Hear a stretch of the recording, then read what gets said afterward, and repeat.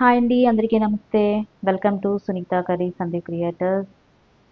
మరి ముందుగా పితామహ బ్రహ్మర్షి పత్రిజీ గురుగారు ఆనాపానసతి, గౌతమ్ బుద్ధుడు చెప్పినటువంటి ఆనాపానసతిని చాలా సులభ పద్ధతిలో శ్వాస మీద ధ్యాస అనే ఒక అద్భుతమైన ధ్యాన సాధనని మన అందరికీ అందించారు. మరి అలాంటి గురువు గారికి శతకోటి నమస్కారం తెలియజేసుకుంటూ, పుస్తక పఠనంలో భాగంగా బి అరవింద్ గారు అందించినటువంటి భావనా శక్తిలో ఫస్ట్ మనము గత దీంట్లో చెప్పుకున్నప్పుడు ప్రేమ అన్నది ఎలా మన హృదయం అంతా నింపుకోవాలో మరి 10 సాధన పద్ధతుల ప్రకారం చెప్పుకోవడం జరిగింది.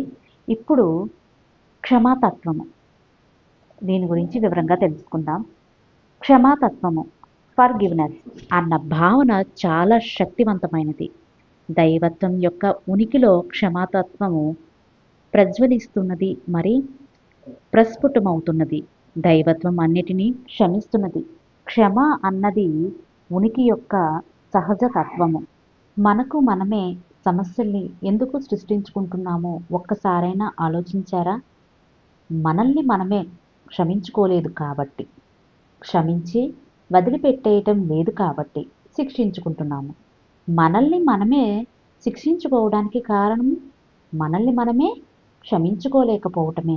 ఇతరుల్ని క్షమించాలి, హింసించాలి, పగ సాధించాలి అన్న భావన ఎందుకంటే వారిని క్షమించి వదిలిపెట్టేయ బుద్ధి అవ్వదు కనుక. శిక్షించాలన్న తపన. కావున మన హృదయాల్లో క్షమాగుణము అవతరించాలంటే మొదటిగా మనల్ని మనం క్షమించుకొని తక్కిన వారిని మరి తక్కిన విషయాలని క్షమించేయగలగాలి. మన హృదయాలు క్షమాతత్వంతో నిండిపోతేనే ప్రేమ భావన అంకురిస్తుంది. కావున క్షమాతత్వాన్ని సాధన చేయాలి. ఎలా ఈ క్షమాతత్వాన్ని సాధన చేయాలి? మొదటగా మనల్ని మనం ఎందుకు క్షమించుకోమో పరీక్షిద్దాం. నేను అనుకున్నది నేను సాధించలేకపోతున్నాను, నేను అనుకున్నంత సంపాదించలేకపోతున్నాను, నేను అనుకున్న అమ్మాయిని పెళ్లి చేసుకోలేకపోయాను, నేనెంత చెడ్డవాడిని, చెడ్డదానిని, నాకు గర్ల్ ఫ్రెండ్ లేదు, నాకు పెళ్ళి కాలేదు, నేను చేసినవన్నీ పాపకార్యాలు ఏ మనిషి చేసి ఉండడేమో, నేను భేదవాణ్ణి, నాకు ధ్యానం కుదరటం లేదు, ఎంత ధ్యానం చేసినా ధ్యానానుభవాలు రావటం లేదు, నా మనసు నా ఆధీనంలో ఉండటం లేదు, నా గతం ఎంత ఘోరమైనదో తలుచుకుంటేనే ఒంట్లో కంపరం పుట్టుకొస్తుంది. ఇలాంటి జీవితము నేను ఎందుకు ఎంచుకొనున్నానో మున్నగు కారణాల చేత మనల్ని మనం క్షమించుకోము. ఇవన్నీ మన హృదయాల్లో పేరుకుపోయిన చెత్త విషయాలు. వీటన్నిటికీ మిమ్మల్ని మీరు క్షమించుకోండి. జీవితం ఉన్నదే నేర్చుకునేందుకు. మరి తప్పులు చేయటం మానవ సహజం. తప్పులు చేస్తేనే నేర్చుకుంటాము. మరి తప్పు అనేదే లేదు. అది మనం చూసే దృష్టిని బట్టి ఆధారపడి ఉంటుంది. అది మన మానసిక స్థితి. తప్పు చేశానని మనం భావించుకుంటే అది గిల్టీ ఫీలింగ్ గా మారుతుంది, అంటే చెడు కర్మగా. కావున ఎంత చిన్న విషయానికైనా లేదా ఎంత పెద్ద విషయానికైనా మిమ్మల్ని మీరు వెంటనే క్షమించుకోండి. మనం దేన్నైనా ఎందుకు క్షమించము? ఎందుకంటే మనకు ఆ విషయాన్ని అంతటితో వదిలిపెట్టేయడం ఇష్టం లేకనే. కావున క్షమించాలంటే దేన్నైనా వదిలిపెట్టేయడానికి సిద్ధంగా ఉండాలి. ఊరికే దేన్ని మోయకూడదు. మన మనుషుల్లో ఎన్నో విషయాల్ని వదిలిపెట్టక మూతలాగా మూస్తూ ఉంటున్నాము. అందుకే మనము ప్రస్తుతంలో ఇముడలేము. వర్తమానంలో జీవించాలంటే ఆ మనోభారాన్ని సమస్తము విస్మరించాలి. అన్ని భారాల్లోకెల్లా ఈ మనోభారము సహించజాలంది. కావున ఎక్కడిదక్కడ ఎవరిని వారుగా వదిలిపెట్టేసి మనముగా ఉండడం నేర్చుకోవాలి. వేటిని మనం స్వేచ్ఛగా వదిలిపెట్టేయాలి. మొదట మనల్ని మనంగా స్వేచ్ఛగా వదిలిపెట్టేయాలి. ఇతరులను ఇతరులుగానే స్వేచ్ఛగా వదిలిపెట్టేయాలి. మీ కుటుంబాన్ని, ఈ సామాజిక వ్యవస్థను, ప్రపంచ పరిస్థితిని ఉన్నదున్నట్లుగా స్వేచ్ఛగా వదిలిపెట్టేయాలి. ఎందుకంటే నిరంతరము ఏంటి ఈ వ్యవస్థ ఇలా ఉంది అని వాపోతుంటాము. మన దృష్టి దేనిపైన ఉంటే అది పెరుగుతూ పోతుంది. ఇంకా ఆకర్షణ సిద్ధాంతం ప్రకారం ఆ పరిస్థితుల్లే ఈ వ్యవస్థలోనికి మీరు ఆకర్షిస్తున్నారు. కావున వ్యవస్థను వ్యవస్థగా వదిలిపెట్టేసి ఇంకా అది ప్రేమపూరితంగా సత్యవంతంగా మారాలని మీరు హృదయపూర్వకంగా ఆశీర్వదించండి. మన గతాన్ని మనం వదిలిపెట్టేయాలి. మనలోను మరి ఇతరుల్లోని లోపాలను చూడటం వదిలిపెట్టేయండి. దేన్ని తీర్మానించకండి. ఎందులోనూ తప్పొప్పులను ఎంచకండి. ఉన్నది ఉన్నట్లుగా చూడడం నేర్చుకోండి. జడ్జి నాట్ అన్నారు కదా జీసస్ మహాశయుడు. మనల్ని మనం నిందించుకోవడం, ఆత్మనిందను వదిలిపెట్టేయండి. మీకు సంబంధం లేని అనవసరమైన విషయాల్ని వదిలిపెట్టేయండి. మాంసాహారాన్ని వదిలిపెట్టేయండి. అది హింసకూడు. ఆ హింసించిన శరీరాన్ని మసాలా వేసి వండి తింటున్నాము. మనలోనికి హింసించే తత్వము ప్రవేశిస్తుంది. అందుకే మనల్ని మనం క్షమించుకోక హింసించుకుంటున్నాము. మరి ఇతరుల్ని హింసిస్తున్నాము. మరి ఈ హింసను మనము మాటల చేత గాని, ఆలోచన చేత గాని, మరి చేష్టల చేత ద్వారా కానీ వ్యక్తం చేస్తున్నాము. పాత చాదస్తపు అజ్ఞానపు సాంప్రదాయాన్ని వదిలిపెట్టేయండి. సాంప్రదాయాల్ని వదిలిపెట్టేయండి. దీనివలనే మన పెద్దలు మన తరపు నూతన పద్ధతుల్ని స్వీకరించలేక మన జీవన విధానాన్ని ఓర్వలేకపోతున్నారు. మీరు అలా కావద్దు. ఇలా ఎన్నో విషయాల్ని మనం పెట్టేయాల్సి ఉంటుంది. క్షమించాలంటే మన హృదయాలు క్షమాతత్వంతో నిండాలి అంటే మన అందరినీ మరి అన్నిటినీ వదిలిపెట్టేయాల్సి ఉంటుంది. వదిలిపెట్టేయమంటే మానసికంగా మాత్రమే, నీ అంతరంగంలో మాత్రమే వదిలిపెట్టు. బాహ్యంగా కొన్నిటికి నటించాల్సి ఉంటుంది. అంతరంగిక సత్యం, బహిరంగిక నాటకము అదియే కదా జీవితం. ఇక్కడ కర్మ సిద్ధాంతం గురించి కాస్త చర్చించుకుందాం. మనము ఇతరులకు మనస, వాచ, కర్మణ ఏది చేస్తే అది పర్యవసానం మనం అనుభవించాల్సి ఉంటుంది. ఇదే కర్మ సిద్ధాంతం. ఈ కర్మ వలన మరి ఈ జన్మలోను మరి వచ్చే జన్మలోను ఆ కర్మ ఫలితాల్లో అనుభవించాలి. ఆ కర్మ యొక్క ఫలితాలే అనారోగ్యాలు, మానసిక జాడ్యాలు, అపజయాలు మొదలైనవి. ఎందుకు మనం కర్మను అనుభవిస్తున్నామంటే మన స్వంత ఆత్మను మనం క్షమించుకోలే లేకనే క్షమించలేదు కనుక శిక్ష. ఇక్కడ మనకు అర్థమయ్యేందుకు ఈ ఉదాహరణను తీసుకుందాం. కోర్టులో జడ్జి ముద్దాయికి క్షమాభిక్ష పెడితే శిక్ష ఉండదు. అదే క్షమించకుండా ఉంటే శిక్ష ఉంటుంది. ఇక్కడ మన కర్మలకు మన స్వంత ఆత్మసాక్షియే జడ్జ్. మనమే ముద్దాయిలము. మనల్ని మనం కనుక పూర్తిగా క్షమించుకోగలిగితే, అలాగే తక్కిన వారందరినీ క్షమించి వదిలి పెట్టేస్తే కర్మను కూడా అనుభవించాల్సిన అవసరం లేదు. అంతటి గొప్ప భావన ఈ క్షమాగుణము.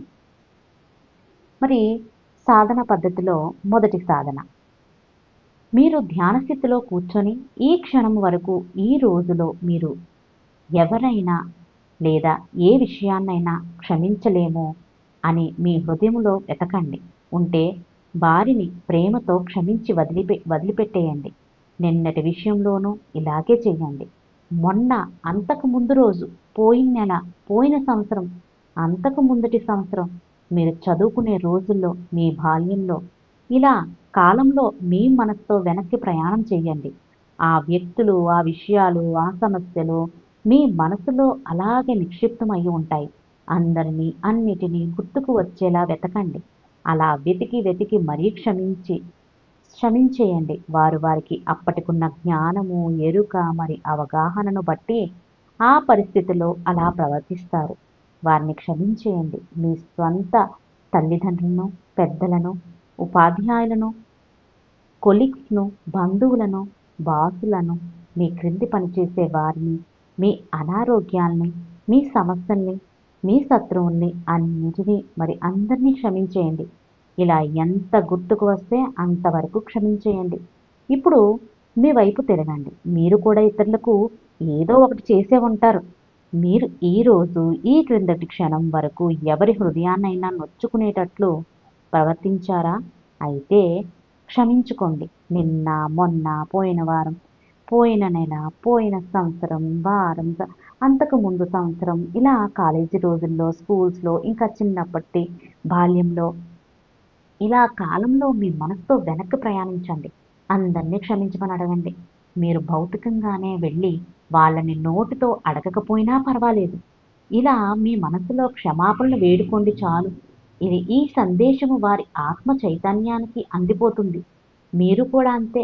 మీకు అప్పుడున్న జ్ఞానము, ఎరుక, అవగాహనను బట్టి మీరు అప్పట్లో అలా ప్రవర్తించారు. కావున మిమ్మల్ని మీరు క్షమించుకోండి. మరి వారిని క్షమాపణలు అడగండి. ఇలా ఇతరులందరినీ మరి మిమ్మల్ని క్షమించుకున్నప్పుడు మీ మనసంతా తేలికైపోతుంది. మనోభారమంతా తగ్గిపోతుంది. మీరీ క్షణంలో స్వేచ్ఛాజీవులైపోవచ్చును. ఇలా మీ మనోభారము తీరేదాకా మీ అంతరాత్మనే ఇక వద్దు అనేదాకా మరి సాధన రోజుకు 2 సార్లైనా 10 నుంచి 15 నిమిషాల పాటు చెయ్యండి.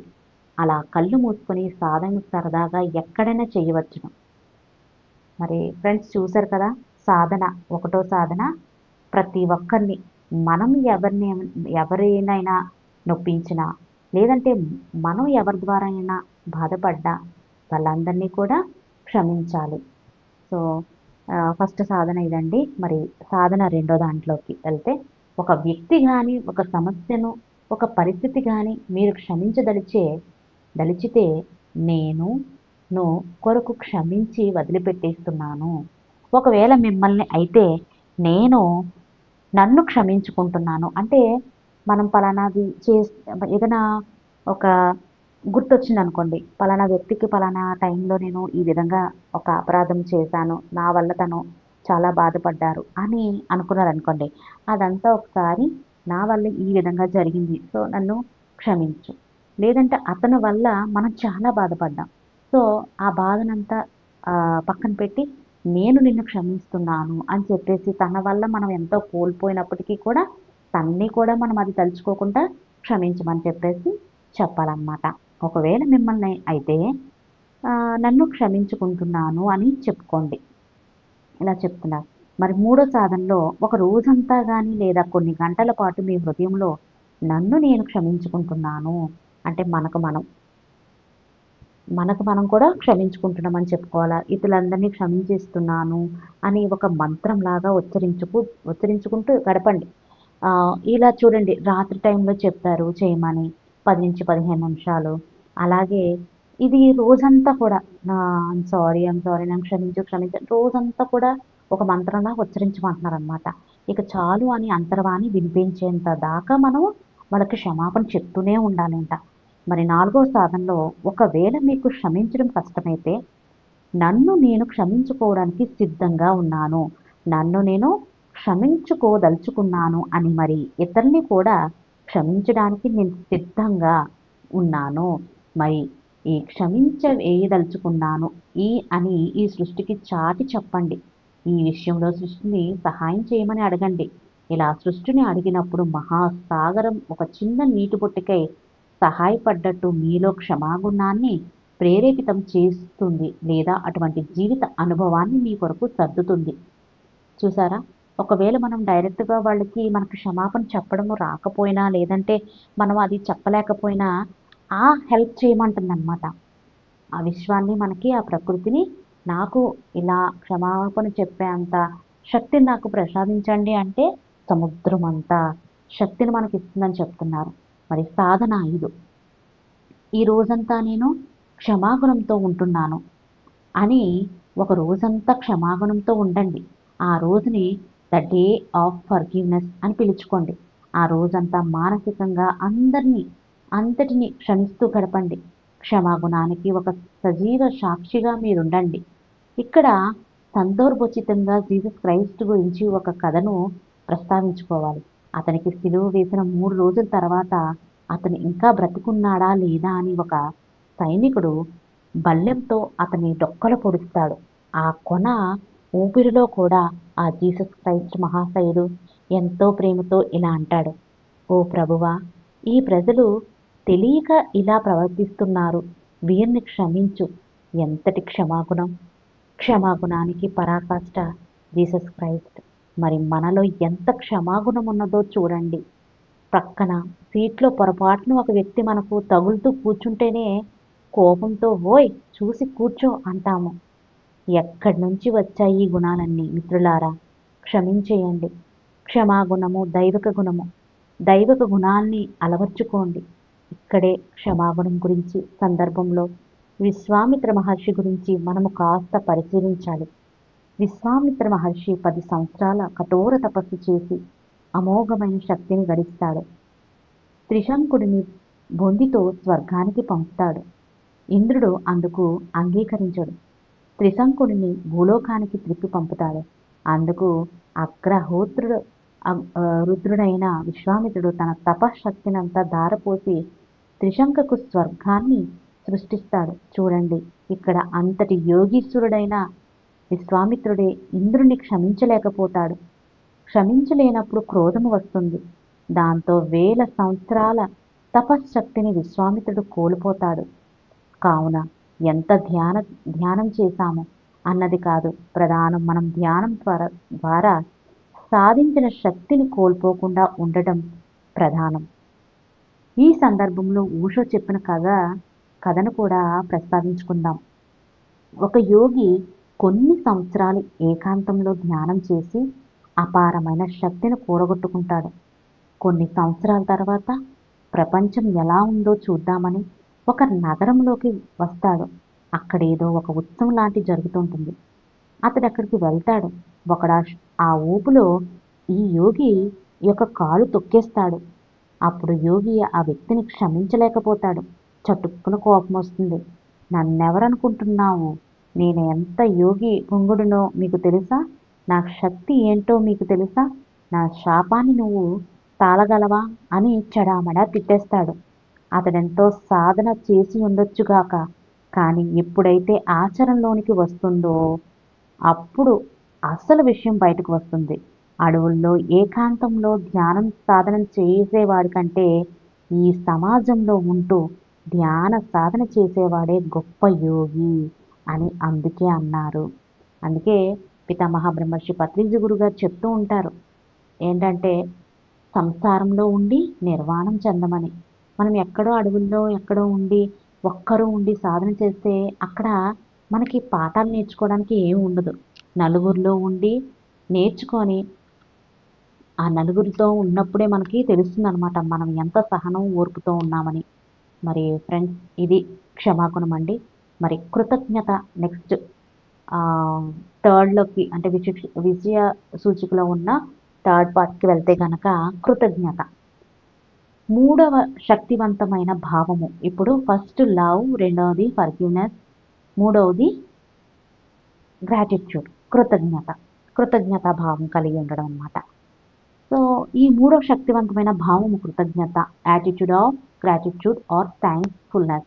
ఇది జీవితంలో చాలా శక్తివంతంగా పనిచేస్తుంది. మనం కృతజ్ఞత చూపించడానికి సృష్టి మనకి ఎన్నో విషయాల్ని ప్రసాదించింది. సృష్టి పట్ల ఈ క్రింద వాటికి మనం కృతజ్ఞతను వ్యక్తపరచుకోవచ్చు. ఈ సృష్టిలో మనకు ఒక ఉనికిని ప్రసాదించింది. మనకు జీవించడానికి శ్వాసను ప్రసాదించింది. మనం సంచరించడానికి సకల చరాచర సృష్టి మనుగడలో ఉంది.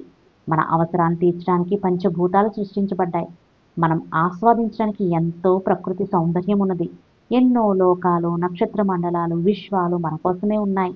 మన జీవులై ఆత్మ పదార్థాలుగా సృష్టించినది. మనకెన్నో శక్తుల్ని ప్రసాదించినది. శారీరక శక్తి, మానసిక శక్తి, ఆత్మశక్తి మొదలైనవి. పరలోక జ్ఞానాన్ని తెలుసుకోవడానికి మనకు ఒక దివ్యమైన త్రినేత్రాన్ని, పరలోక సంచారాన్ని చేయడానికి మనకు సూక్ష్మ కారణ మహాకారణ మున్నగు శరీరాల్ని సృష్టించినది. ఇలా వ్రాస్తూ పోతే ఈ సృష్టి మనకెన్నో ప్రసాదించినది. మనం ఇంకా నిత్య జీవితంలో ఎవరెవరి పట్ల లేదా వేటి పట్ల కృతజ్ఞతతో ఉండాలో చూద్దాం. ఎన్ని అనుభవిస్తాము ఈ భౌతిక శరీరంతో? భౌతిక శరీరాన్ని మనకు ప్రసాదించిన మన తల్లిదండ్రుల పట్ల, మనకు ప్రాణశక్తిని మరి శ్వాసను ప్రసాదించిన దైవం పట్ల, ఎన్నిటినో మనకు ప్రసాదిస్తున్న ఈ జీవితం పట్ల, మన భౌతిక శరీరం పట్ల, అది మనకు అందించే సుఖాల పట్ల, మన జీవితంలో మనకిష్టమైనది సృష్టించుకునేందుకు మనకు ఉపయోగపడే మనసు పట్ల, మరి దాని యొక్క మహత్తరమైన శక్తి పట్ల, మన స్వంత ఆత్మశక్తి పట్ల, ఈ జీవనం సాగే తీరుతెన్నుల పట్ల, మన కుటుంబ సభ్యుల పట్ల, భార్య, భర్త, పిల్లలు, తల్లి, తండ్రి, గురువు, బంధువులు, బంధువులు, మిత్రులు ఇలా ప్రతి ఒక్కరికి మన యొక్క కృతజ్ఞతలు తెలియచేయాలి.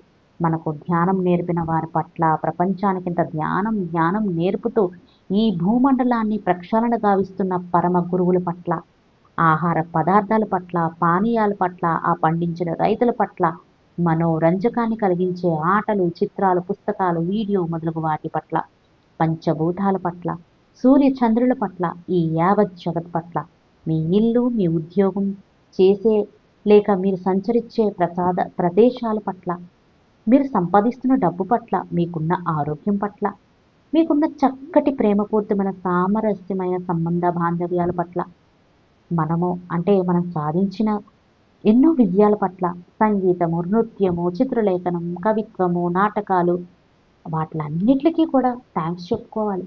మనకు ఆనందాన్ని కలిగించే చిన్నపిల్లల పూర్తి నవ్వుల పట్ల, మనం ఎలా జీవించాలో నేర్పే ఆధ్యాత్మికత పట్ల, ఇలా ప్రతి ఒక్కటికి మన వాహనాలు, మన ఇంట్లో వస్తువులకు ఈరోజు మనం ప్రతి విషయానికి, ప్రతి దానికి మనం కృతజ్ఞతలు తెలియజేసుకోవాలి. మీరు ఉపయోగించే సామాగ్రి, పనిముట్లు, వస్తువులు మొదలు వాటి పట్ల ఇలా వ్రాస్తూ పోతే లిస్టు అనంతంగా సాగుతూనే ఉంటుంది.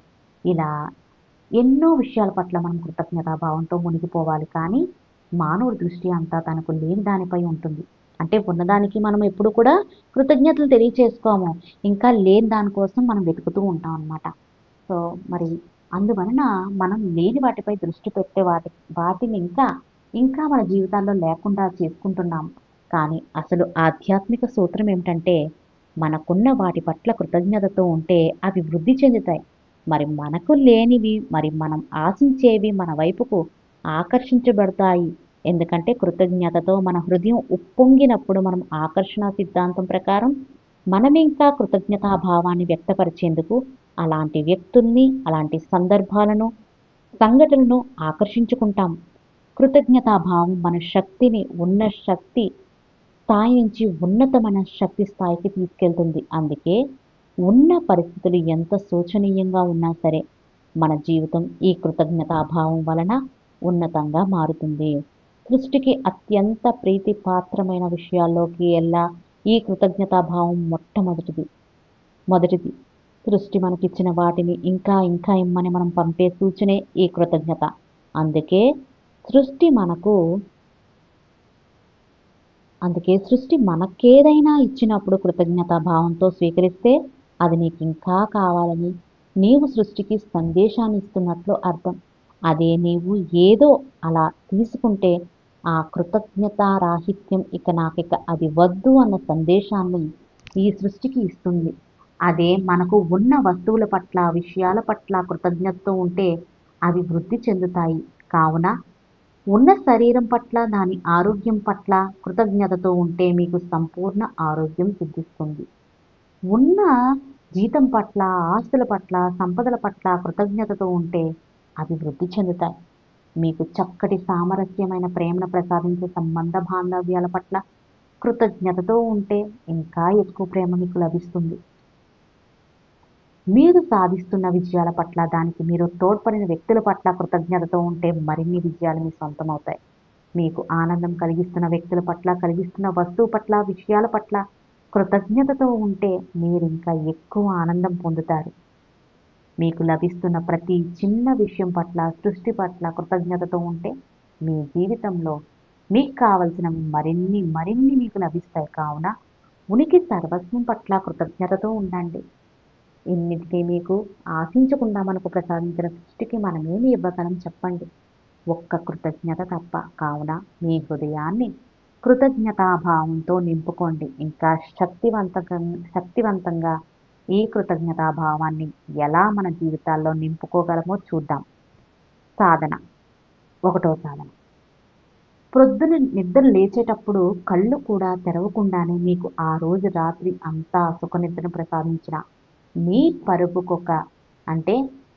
పరుపుకో లేక ఆ స్థలానికో కృతజ్ఞతలు చెప్పుకోండి. ఆ తర్వాత కాళ్ళు క్రింద మోపినప్పుడు ఈ భూమాతకు కృతజ్ఞతలు చెప్పుకోండి. అలాగే మానవ మనుగడకు మూలాధారమైన పంచభూతాలైన భూమి, నీరు, ఆకాశం, గాలి, అగ్నికి కృతజ్ఞతలు తెలుపుకోండి. తర్వాత బ్రష్ చేస్తున్నప్పుడు మీ బ్రష్కు ఆ పళ్ళకు కృతజ్ఞతలు తెలుపుకోండి. అలాగే మీ శరీరంలో ప్రతి అవయవానికి మీ వెంట్రుకలకు, తలకు, నుదురకు, కళ్ళకు, కనురెప్పలకు, కనుబొమ్మలకు, చెవులకు, ముక్కుకు, నోటికి, పెదవులకు, పళ్ళకు, పంటి చిగుళ్లకు, గొంతుకు, ఛాతీకి, వృక్షజాలకు, వీపు, వెన్నెముకకు, ఎముకలకు, బొడ్డుకు, తొడలకు, జననాంగాలకు, గ్రీదులకు, మోకాళ్లకు, కాళ్లకు, పాదాలకు, కాలివేళ్లకు, అరికాళ్లకు, ఇంకా మీ మెదడుకు, చిన్న మెదడు, పెద్ద మెదడు, ముచ్చెలి గుంత అంటే మెడుల్ల ఆమ్లంగేటకు, వెన్నుపాముకు, 42 బిలియన్ల న్యూరాన్లకు, నరాలకు, నాడీమండల వ్యవస్థకు, మూత్రపిండాలకు, ప్రేగులకు, కడుపుకు, కాలేయానికి, ప్లీహానికి, అపెండిక్స్కు, జీర్ణ వ్యవస్థకు, గుండెకు, రక్తనాళాలకు, ఇలా అన్నిట్లికి మన శరీరంలో ఉన్న ప్రతి వ్యవస్థకు, ఊపిరితిత్తులకు అన్నిట్లికి కూడా థ్యాంక్ యూ కృతజ్ఞతలు తెలియజేసుకోండి. శరీరంలో ప్రతి అవయవానికి, కణజాలానికి, ప్రతి కణానికి కృతజ్ఞతలు తెలుపుకోండి. తర్వాత ధ్యానమునకు కృతజ్ఞతలు తెలుపుకోండి. తర్వాత మీరు త్రాగే నీటికి, అల్పాహారానికి, అది తయారు చేసే వారికి, మీ కుటుంబ సభ్యులకి, వారి సాంగత్యానికి, మీ ఇంటికి, మీ ఇంట్లో ఉన్న అన్ని గదులకు, అన్ని వస్తువులకు, టీవీ, కంప్యూటర్, ఫ్రిడ్జ్, చైర్స్ మొదలైన వాటికి, పాలవాడికి, పని మనుషులకు, ఇస్త్రీవాడికి, చాకలి షాపులకు, షాపులో పనిచేసే వాళ్ళకు, సినిమా తీసే వాళ్లకు, థియేటర్స్కు, అందరికీ అన్నమాట. అందరికీ కూడా నటించే వారికి, అందుకోసం పనిచేసే వారికి, పార్కులకు, హోటళ్లకు, పాఠశాలకు, మీరు సంచరించే ప్రతి ప్రదేశానికి, అన్నిట్లికి, రవాణాకు, బస్కు, ట్రైన్కు, ఇలా వాటికి మొదలగు వాటికి వాహకులకు, కండక్టర్లకు, తారసపడే ప్రతి వ్యక్తికి కూడా కృతజ్ఞతలు తెలుపుకోండి. మళ్ళీ మధ్యాహ్నం భోజనానికి, రాత్రి డిన్నర్కు, ప్రకృతికి, జీవితానికి, సృష్టికి కృతజ్ఞతలు తెలుపుకొని మెల్లగా కళ్ళు తెరిచి మీ దైనందిక జీవితంలో ప్రవేశించండి. అలా కాక హఠాత్తుగా ఆందోళనతో, దుఃఖంతో, భారంతో రోజును ప్రారంభిస్తే మళ్ళీ యద్భావం తద్భవతి. మరి ఆకర్షణ సిద్ధాంతం ప్రకారం ఆ రోజంతా అలాగే ఉంటుంది. అదే మీరలా కృతజ్ఞతా భావంతో ప్రారంభిస్తే మీరు ఆలోచించే అత్యున్నత పౌనఃపున్యాన్ని కలిగిన శక్తిని ప్రసరిస్తారు. మరి మీరు అలాంటి జీవన పరిస్థితిలో ఆ రోజంతా సృష్టించుకుంటారు. మరి ఇంకా ఆనందాన్ని మూటకట్టుకుంటారు. ప్రయత్నం చేసి చూడండి. సాధన 2. ఉన్న వాటిపై మనం కృతజ్ఞతతో ఉంటే అవి వృద్ధి చెందుతాయి. కావున రాత్రి పడుకునేబోయే ముందు ఆ రోజు మీకు ప్రాప్తించిన శుభాలకు, మరి మీ జీవితంలో మీకు జరుగుతున్న శుభాలకు కృతజ్ఞతలు తెలుపుకోండి. అవన్నీ ఇంకా మీ జీవితంలో ప్రవేశిస్తాయి. మీకు ఆ రోజుల్లో అందిన ధనానికి, అందిన ఆనందానికి, దొరికిన ప్రేమకు, చేకున్న మంచికి, వ్యక్తులకు, వస్తువులకు, విషయాలకు కృతజ్ఞతలు తెలుపుకోండి. రాబోయే సుఖనిద్రకు కృతజ్ఞతలు తెలుపుకొని అలా నిద్రలోకి ప్రశాంతంగా జారుకోండి. సాధన 3. ఈ కృతజ్ఞతా భావాన్ని ఉపయోగించి లేని వాటిని కూడా సృష్టించుకోవచ్చును. ఆరోగ్యం కొరకు కృతజ్ఞత. మీలోని అనారోగ్యాన్ని ద్వేషిస్తూ, దూషించకుండా ప్రేమతో ఉన్న ఆరోగ్యాన్ని మొదట కృతజ్ఞతలు తెలుపుకోండి. నా శరీరం సంపూర్ణ ఆరోగ్యంతో అలరారుతున్నందుకు నేను చాలా ఆనందంగాను, మరి కృతజ్ఞతాపూర్వకంగా ఉన్నాను అనే దైవక వాక్యాన్ని మంత్రంలాగా పఠించుకుంటూ ఆ భావంతో ఉండిపోండి. లేదా జబ్బున్న చోట పట్ల లేదా వ్యవస్థ పట్ల ప్రేమతో కృతజ్ఞతాభావంతో ఉండండి. ఉదాహరణకు, మీకు ఒకవేళ గుండె జబ్బు ఉంటే ఆ గుండె చక్కటి ఆరోగ్యంతో ఉన్నందుకు నేను చాలా ఆనందంగా మరి కృతజ్ఞతతోనే ఉన్నాను అని అనుకుంటూ భావిస్తూ ఉండండి. ఇలా మీకెప్పుడు ఆరోగ్యం లేకున్నా సరే ఉన్నందుకు కృతజ్ఞతతో ఉంటే తగ్గిపోతుందన్న మీ విశ్వాసానికి ఈ సృష్టి అబ్బురపడి మీకు వెంటనే ఆరోగ్యం ప్రసాదిస్తుంది. ఎందుకంటే మీరిలా చెబుతున్నప్పుడు మీకు నయమైనది. అలా నయమైనందుకు మీరు కృతజ్ఞతలు తెలుపుకుంటున్నారు. యద్భావం తద్భవతి. అలాగే జరుగుతుంది. ఈ సృష్టి దేనికి నో చెప్పదు. Nature never says no. దేనికి సృష్టి కాదని చెప్పదు. ప్రతిదానికి అది చెప్పేది ఒకటే, ఎస్, ఇదే తదాస్తు అంటే. నువ్వెలా భావిస్తే అలాగే అవుగాక అని దీనికి అర్థం. సంబంధ బాంధవ్యాల కొరకు కృతజ్ఞత. మనకు సంబంధాలు వ్యక్తులతో, వస్తువులతో, సంఘటనలతో, పరిస్థితులతో, అనుభవాలతో, వాతావరణంతో, జీవితంలో, సృష్టిలో ఇలా ఎన్నో విషయాలతో ఉంటాయి. మీకు ఏదైనా సంబంధము సరిగ్గా లేకుంటే ఇలా క్రింద దైవిక వాక్యాలు, అఫర్మేషన్స్ ఉచ్చరించుకోండి. నాకు ఫలానా వ్యక్తితో సంబంధం చాలా సామరస్యంగా ఉన్నందుకు నేనెంతో ఆనందంగాను మరి కృతజ్ఞతతో ఉన్నాను. నా జీవితం సర్వస్వంతోను మరి సకల సృష్టితోను నా సంబంధ బాంధవ్యాలు చాలా సామరస్యంగా ఉన్నందుకు నేనెంతో ఆనందంతో మరి కృతజ్ఞతతో ఉన్నాను. ఇలా ఈ సృష్టిలో చాలా అంటే ఏది ఏది కావలస్తదనమాట. అది మనం చక్కగా ఊహించుకొని ఆ భావన చెయ్యొచ్చు. ఈ సృష్టిలో సకల సంపదలకు నేను వారసుడైనందుకు నేనెంతో ఆనందంగాను, మరి కృతజ్ఞతతో ఉన్నాను. నాకు అనుకున్న అంటే డబ్బుల కోసమనగా నాకు పలానా ఇన్ని డబ్బులు ఉన్నందుకు నేనెంతో ఆనందంగాను, మరి కృతజ్ఞతతో ఉన్నాను. అలాగే నాతో నాకు చక్కటి సామరస్య సంబంధ బాంధవ్యాలు నేనెంతో ఆనందంతో, కృతజ్ఞతతో ఉన్నాను. జీవితంలో విజయం సాధించడానికి నాకు ప్రసాదించబడిన వాక్ శక్తి పట్ల, మనోశక్తి పట్ల, ఆలోచన, ఊహాశక్తి పట్ల, జ్ఞానశక్తి పట్ల నేనెంతో ఆనందంగా, కృతజ్ఞతలతో ఉన్నాను. ఇలా ఏది కావలిస్తే అదనమాట. అన్నీ మనము పెట్టుకోవచ్చు. కృతజ్ఞతాభావం అన్నది అత్యంత ప్రీతిపాత్రమైనది అని నేను గ్రహించాను. లూయిస్ ఎల్హే చెప్పారండి. I have noticed that the universe loves gratitude. తను స్వయంగా తను గ్రహించారనమాట. ఆధ్యాత్మిక జ్ఞానం పట్ల, ఆధ్యాత్మికవేత్తల పట్ల నేను కృతజ్ఞతతో ఉన్నాను. ఇంతవరకు ఈ భూమండలం నందు ఎందుకంటే మనకు చెప్పిన గురువులు, మనకి ధ్యానం మనకు మార్గాన్ని చూపించిన గురువులకు ప్రతి ఒక్కరికిననమాట. వీళ్ళందరికీ కృతజ్ఞతా భావంతో ఉండడము, అలాగే మనకి ఏం కావాలో అవి ఎఫర్మేషన్స్ పెట్టుకోవడము. ఇలా చేస్తూ ఉండాలండి. అలాగే if it is a new thought to you that gratitude brings your whole mind into closer harmony with the creativity energies of the universe. Condition it well and you will see that it is done. మీరు కనుక ఈ కృతజ్ఞతా భావం గురించి మొదటిసారిగా తెలుసుకుంటే దీన్ని చక్కగా గ్రహించి సాధన చేసి చూడండి. ఈ కృతజ్ఞతా భావం మీ మనసంతా ఈ సృష్టి యొక్క సృజనాత్మకత శక్తులతో మరి సామరస్యంతో ఉంచుతుంది. మీది విషయాన్ని సత్యమని గ్రహిస్తారు. ఇది వాలెస్ వాట్లెస్ గారు మనకి చెప్పారనమాట. మరి ఏదైనా ఇంకా ఇంకా రావాలంటే కృతజ్ఞతా భావంతో ఉండడమే అసలైన మార్గము. ఇలా ఎంతోమంది ఆధ్యాత్మికవేత్తలు మనకి తెలియచేశారు. మనము వేటి గురించి అయితే ఎక్కువగా ఆలోచిస్తామో, వారి కృతజ్ఞతా భావంతో ఉంటామో, మనం వాటిని ఎక్కువగా పొందుతాము. జీవితపు అన్ని కోణాల్లోనూ సవ్యంగా ఉన్నా కూడా చాలామంది పేదరికంలో ఉండడానికి కారణం కేవలం కృతజ్ఞతా భావం లేకపోవటమే. ఓం కృతజ్ఞతాయ నమః అంటే విష్ణు సహస్రనామాల్లో కూడా ఇదొకటి ఉంటుందండి. ఇలా ఎంతోమంది ఆధ్యాత్మిక రచయితలు మనకి క్షమాపణ గురించి ఎన్నో ఎన్నో విషయాలు తెలియచేశారు. ప్రస్తుతము ఉన్న వాటి పట్ల కృతజ్ఞతతో ఉంటే అవి వృద్ధి చెందుతాయి. మరి ప్రస్తుతము లేని వాటిని కూడా అవి ఉన్నందుకు కృతజ్ఞతతో ఉంటే అది మన జీవితంలో ప్రవేశిస్తాయి. ఈ మన పుస్తక రచయిత గారు చెప్పారనమాట. మరి ఇప్పుడు మరెన్నో విధాలుగా కృతజ్ఞత రాహిత్యంతో ఉన్నామేమో చూద్దాం. అంటే ఇప్పటి వరకు కృతజ్ఞత గురించి చెప్పాము. ఎక్కడైనా అలాంటి రాహిత్యంతో ఉన్నామేమో చూద్దాం. ఇప్పుడు ఏంటంటే ఈ జాబ్ నాకు ఇష్టం లేదు. నాకు ఈ జీతం సరిపోదు. నాకు ఇలాంటి భర్త, భార్యను, బిడ్డను, తల్లిని ఎందుకు ఇచ్చావు? ఇవన్నీ అనమాట. మన కృతజ్ఞతా భావం లేదు వాటి పట్ల. నా జీవితం ఎప్పుడు నాకు అనుకూలించదు. నా ఆరోగ్యం బాగుండదు. ఈ జీవితం నాకెందుకు ఇచ్చావురా దేవుడా? అంతేనా? ఇదెక్కడ సరిపోతుంది? అని తక్కువ మార్కులు వచ్చినాయా? నూటికింతేనా? ఏం ప్రపంచమో ఏమో! ఇలా కంప్లెయింట్స్ అనమాట ప్రతీదీ. దేనికి కూడా కృతజ్ఞత ఉండదు. మనం వచ్చిన దానికి స్వీకరించలేము. అన్నీ కూడా కంప్లెయింట్స్. పైన ఇచ్చిన లిస్ట్‌లోని వాక్యాలు కృతజ్ఞతా భావంతో మార్చి చూడండి. హృదయంలో ఎంత సద్భావన ఫీల్ గుడ్ అనమాట కలుగుతుందో గమనించండి. కావున మిత్రులారా, ఈ కృతజ్ఞతా భావాన్ని సాధన చేసి అదే మీ జీవిత విధానంలోకి మార్చుకోండి. ఈ కృతజ్ఞత గురించి చివరగా ఒక మాట చెప్పుకుందాం.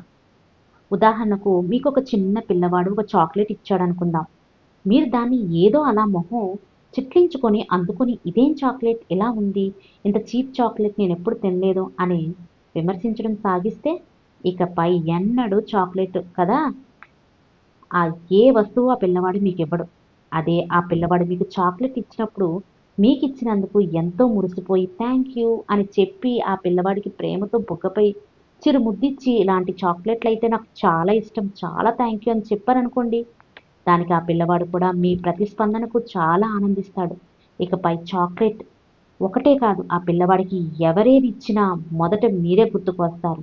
మీకు ఇవ్వడానికి మీ నుంచి వచ్చే కృతజ్ఞతా భావం అతడికి మీ వలన కలిగే ఆనందం కోసం ఆ పిల్లవాడు మీ వైపు పరుగులు తీస్తాడు. ఈ ఉదాహరణలో చిన్న పిల్లవాడి లాంటిది ఈ సృష్టి. అందుకే అన్నారు, క్రింద ఎలా ఉందో పైన అలాగే ఉంది, లోపల ఎలా ఉందో బయట అలాగే ఉంది. మానవుడి మానసంలాగే ఈ సృష్టి యొక్క దివ్య మానసం ఉంటుంది. కావున జీవితంలో మీకు లభిస్తున్న వాటిని ముఖం చిట్లించుకుంటా తీసుకుంటారా, లేదా కృతజ్ఞతాపూర్వకంగా మహాప్రసాదం అని అందుకుంటారా? మీరే నిర్ణయించుకోండి. యద్భావం తద్భవతి. సో మై డియర్ ఫ్రెండ్స్, ఈరోజు చక్కగా మనము క్షమించడం మరియు కృతజ్ఞతా భావాన్ని రెండు కూడా ఈరోజు సాధనా పద్ధతులతో తెలుసుకున్నాం. మరి పూర్తిగా ఇదంతా విన్నందుకు థ్యాంక్ యూ సో మచ్ అండి. Like, share, subscribe, comment, any suggestions comment బాక్స్లో పెట్టండి. Thank you so much. మరి నెక్స్ట్ పార్ట్లో విశ్వాసం గురించి తెలుసుకుందాం. Thank you.